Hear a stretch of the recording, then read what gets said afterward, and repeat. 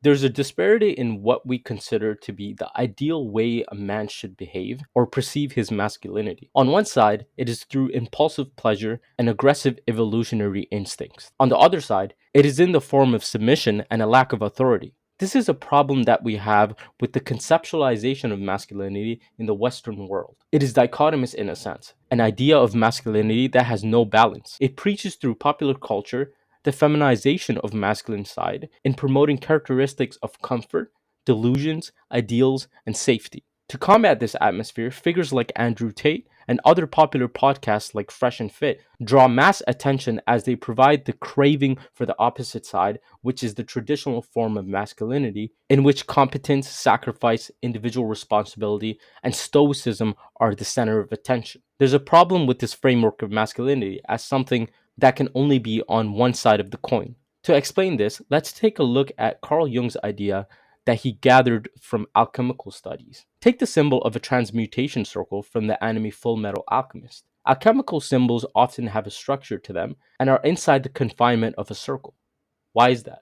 Jung believed that alchemical symbols and patterns could be used to explore the depths of human psyche, and that the alchemical process of transformation could serve as a guide for personal growth and individuation. He identified several key patterns in alchemy that he believed were important for understanding the human psyche and its relationship to the material world. One of the key patterns in alchemy is the union of the opposites. Alchemists sought to reconcile seemingly opposing sides, such as the masculine and feminine, the conscious and unconscious, and the material and spiritual.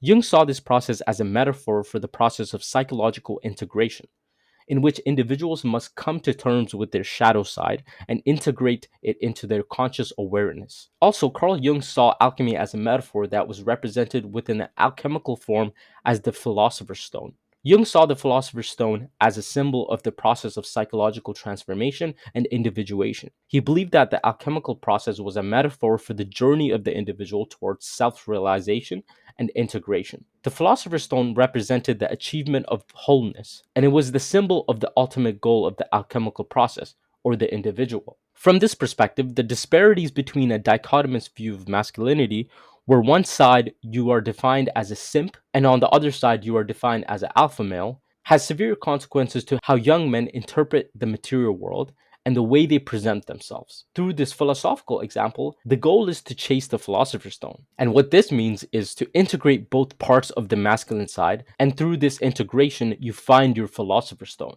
or a sense of self. The integration is represented through alchemical symbols. Take the transmutation symbol. It is a circle, which is a psychological representation of wholeness and confinement. It loops around with no escape. It is a representation of the tradition. It is also a representation of sacrifice. Within the circle, there are patterns which need to be ordered in a manner to produce the ideal outcome. In this case, represented as gold through the mixture of various chemicals and materials. Through following these patterns and mixing these materials, you achieve the ideal outcome, which is gold, or the philosopher's stone, or in a psychological manner, a sense of self and individuation. The deeper psychological meanings of the past, which are represented in different domains such as alchemy, helps us to understand what the true process of the masculine imperative is, which is to integrate both sides of the ideas of what masculinity is in order to achieve wholeness. Through following and understanding patterns in our daily life, we can find solutions to the opposing sides of masculinity that is present in contemporary society.